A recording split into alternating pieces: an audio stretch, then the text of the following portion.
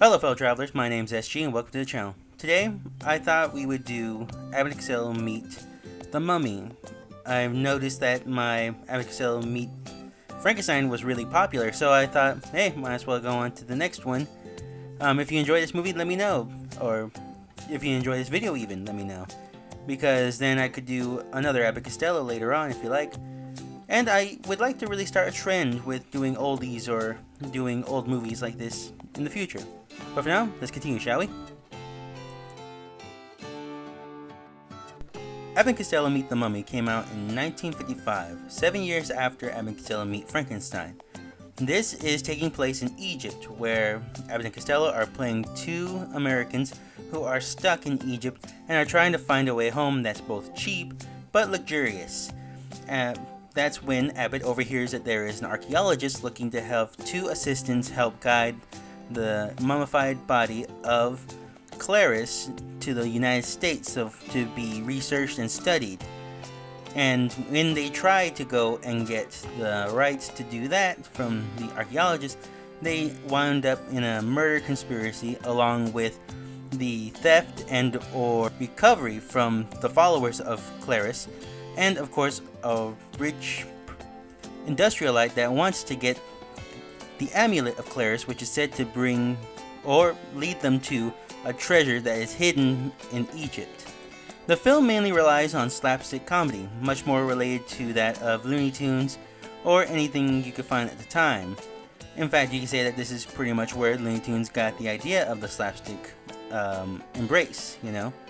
So I would say that that's the main points of the story overall. It is a movie that you have to see rather than talk about, and the story does hold up for what it is and the timeline that it is depicted of being in. So I do suggest going to go see it and form your own opinion on it. It's fun to me, it's interesting, it's funny, and I do think that it is worth seeing just as much as Abbott and Costello Meet Frankenstein. You can only find it from what I've seen on Amazon, and even then you can rent it for like $4 or something. If you can find it on DVD, I think that would be preferred, because then at least you have a physical copy. There's not much to say in the line of actors, because Abbott and Costello acts just as Abbott and Costello would act. They may go by different names, but you can swear that they still call each other by Abbott and Costello, even though on the credits they're listed as being different names. As for the rest of the cast, there's nothing really memorable except for the one leading the followers of Clarice, and even then he feels more aligned with Dracula, and there aren't really notable characters, but there are character archetypes that are very easily noticeable, and at the same time it's very endearing in itself.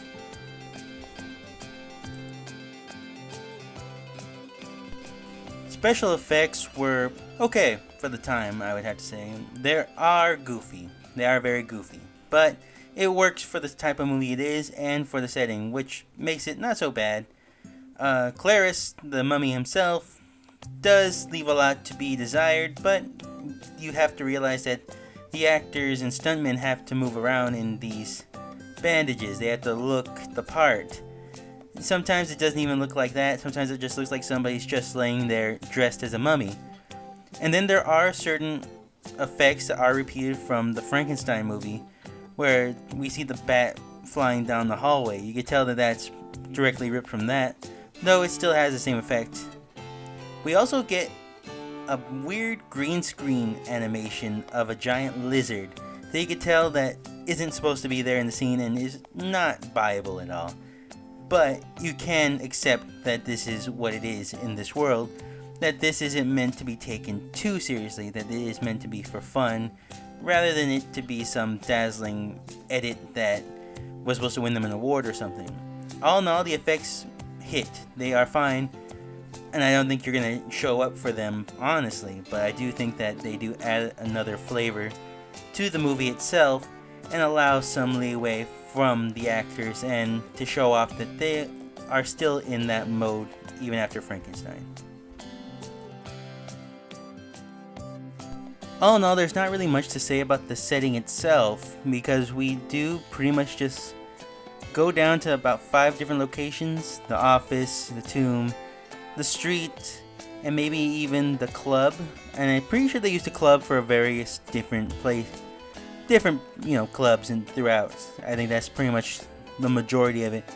They fit what they're trying to aim for, but overall, nothing really remarkable, nor is it really something that you can go without.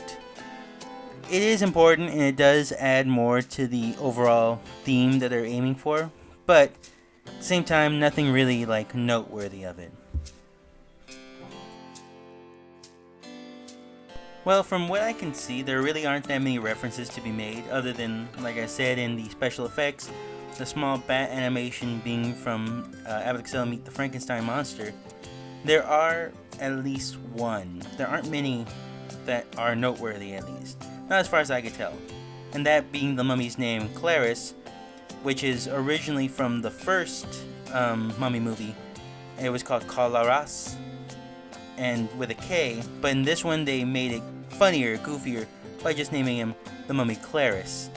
Funny add-on, and does add to the humor of Abbott and Costello overall. So with that in mind, those are pretty much the only references I could really see myself. If you've seen the movie and can know a couple yourself, please let me know in the comment section. I would really like to hear what you guys have to say about that. Overall, this is a very fun movie. It's not meant to be groundbreaking or meant to challenge the mind or even be a top 10 list. But you could tell that this was done with intention, that this was done for fun, that this was done to be a comedy for people who've seen all of Abbott and Costello's previous movies and other movies that come on later down the line. You can tell that they were trying to do something experimental using actual directors and writers from the Mummy movies that came prior, while at the same time trying to keep their sensibilities, trying to keep the sense of humor and comedy that go with it being in an Abbott and Costello movie. Like I said in the last one, sometimes what's funnier is a monster being in a comedy rather than a comedy being around a monster. This is definitely one of those situations where the movie was meant to be a comedy from beginning to end, and the monster character is meant to be more of a parody of the original Mummy series that comes prior. So this is an in and out comedy, horror comedy if you want, but I consider it more of a comedy. And it does hit all the bells that you would want to hit when watching an Abbott and Costello movie. Not really that of a Mummy movie. Well, I hope you guys enjoyed this video. I know it's a little shorter, but that's because I do have another longer video coming up hopefully this weekend. Please keep an eye out for it, either tomorrow or sometime soon. And I'll be seeing you guys next week, or this week like I said. And thanks again for all the support that I've been given throughout this entire month, really. These past couple months. I've seen a real growth in the channel, and I'm very happy about that. So I'd like to say again, thank you. And if you've just arrived, just peeking in on this, please like, comment, and subscribe down below. I'd really appreciate it. Anyway, I'll see you guys next time, and have a great one.